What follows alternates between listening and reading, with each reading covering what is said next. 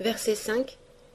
Après que les mois sacrés expirent, tuez les associateurs où que vous les trouviez, capturez-les, assiégez-les et guettez-les dans toute embuscade.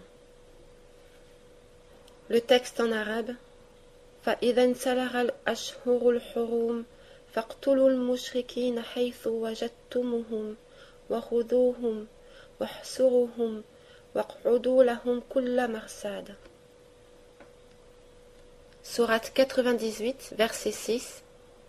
Ceux qui cafarent parmi les gens du livre et les associateurs iront dans le feu de la géhenne. Le texte en arabe.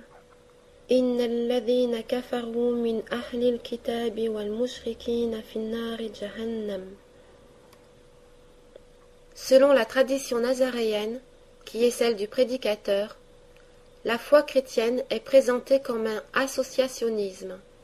Celui-ci s'en moque en la traitant de bêtise, mais il ne l'excuse pas pour autant. Les chrétiens méritent d'être tués, comme en sourate 9, verset 5, et iront en enfer comme les Yahouds. Indubitablement, il s'adresse à des Arabes qu'il veut détourner de la foi chrétienne qu'ils partagent. Pourtant, vous entendez habituellement le contraire, à savoir que les Arabes associateurs auraient été des polythéistes qui se seraient attardés jusque dans le 7e siècle. Le dogme de la révélation coranique est obligé de postuler cela. En effet, pour pouvoir dire que Dieu a directement créé une religion nouvelle et parfaite qui ne doit rien aux hommes et tout à Dieu, il fallait affirmer que Dieu s'est adressé à des Arabes étrangers à toute tradition juive ou chrétienne, des traditions qui sont dites faussées, sinon Dieu n'aurait pas eu besoin de tout reprendre à zéro. C'est logique, même si la logique fonctionne à l'envers.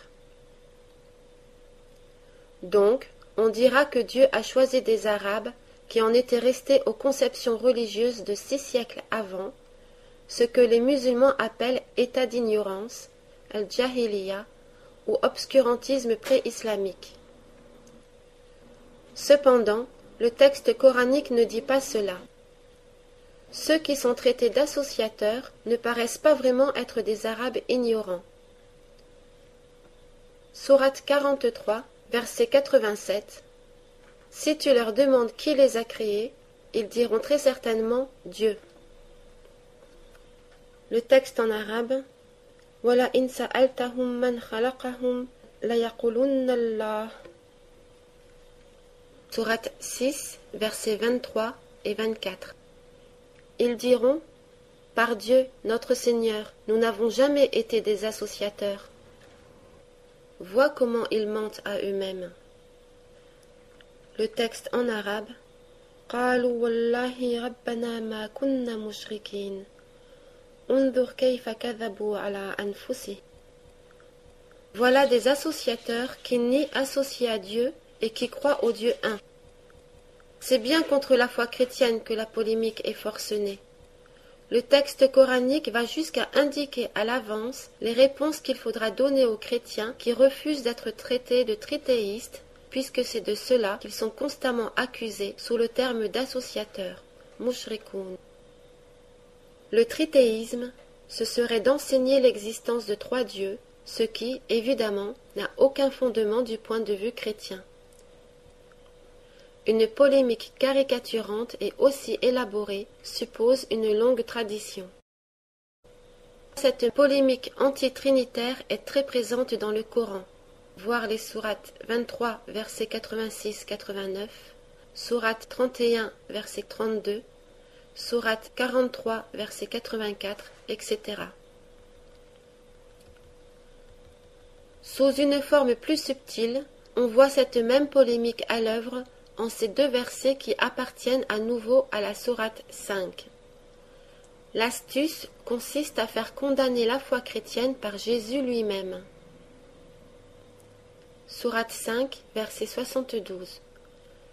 Le Messie Jésus a dit : Ô fils d'Israël, adorez Dieu, mon Seigneur et votre Seigneur. Quiconque associe à Dieu, Dieu lui interdit le paradis et son refuge sera le feu. Le texte en arabe. قال المسيح يا بني إسرائيل اعبدوا الله ربي وربكم إنه من يشرك بالله فقد حرم الله عليه الجنة ومأواه النار. Sourate 5, verset 116. Quand Dieu dira, Jésus, fils de Marie, as-tu dit aux gens, prenez-moi et ma mère pour deux divinités en plus de Dieu? Le texte en arabe. وَإِذْ قَالَ اللَّهُ يَا عِيسَى ابْنَ مَرْيَمَ أَأَنْتَ قُلْتَ لِلنَّاسِ اتَّخِذُونِي وَأُمِّيَ إِلَٰهَيْنِ مِن دُونِ اللَّهِ. Le second verset est un peu plus difficile à comprendre. La lecture islamique littérale accuse ici les chrétiens d'avoir pour trinité Dieu, Jésus et Marie. Une telle trinité n'a évidemment pas le moindre fondement dans aucune tradition chrétienne que ce soit, ni même dans des traditions dérivées. Et les chrétiens ont toujours rétorqué que cette accusation était sans fondement. Elle n'a d'ailleurs cours que dans les pays musulmans où il n'y a que peu de chrétiens, de sorte que la population musulmane peut se répéter à elle-même cette absurdité sans être jamais démentie.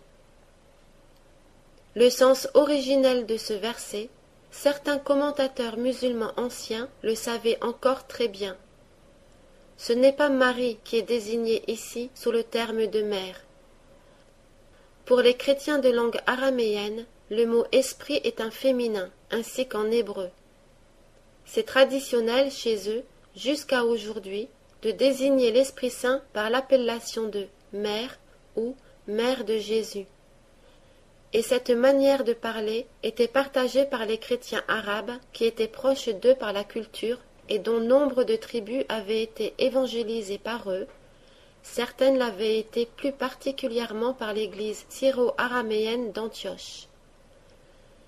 Parmi ces tribus, certaines étaient basées jusque dans le nord de la Syrie. On va y revenir. Ainsi, le verset 116 a le sens réel d'une ironie visant la foi des tribus arabes et faisant dire ainsi à Jésus « Non, je n'ai jamais dit qu'on fasse de moi et du Saint-Esprit des dieux en plus de Dieu. » Le sens du texte est limpide. Le problème, c'est qu'il n'a pas pu être dit à la Mecque, loin de la zone d'influence araméenne, à supposer qu'on ait parlé arabe dans cette région de la péninsule plutôt que le sud arabique. Le polythéisme des Arabes est une invention pour raison dogmatique. Bien sûr, comme chez nous à l'époque, la foi chrétienne ne fait pas disparaître rapidement les superstitions, surtout parmi des populations baptisées de fraîche date. Le Coran y fait allusion, mais là encore, il ne s'agit jamais de polythéisme. Quant au verset qu'on lit en imaginant qu'on y parle de filles vouées à Dieu, comme s'il s'agissait de déesses, c'est une supercherie. Non sans ironie, le prédicateur vise là les jeunes filles chrétiennes que leur père, selon lui, voue à Dieu comme si elles n'avaient pas choisi elles-mêmes de se vouer à Dieu en devenant des moniales. Voir la sourate 16, versets 56-57. Car il y avait alors de nombreux monastères de moniales arabes.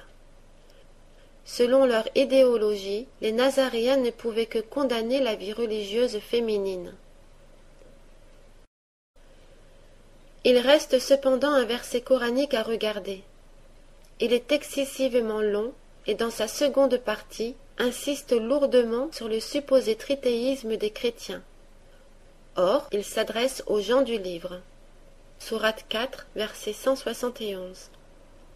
Ô gens du livre, n'exagérez pas dans votre religion, et ne dites de Dieu que la vérité. Assurément, Innama, le Messie Jésus, fils de Marie, est le messager, Rasoul, de Dieu. Sa parole, Kalima, qu'il envoya sur Marie, est un souffle de vie venu de lui.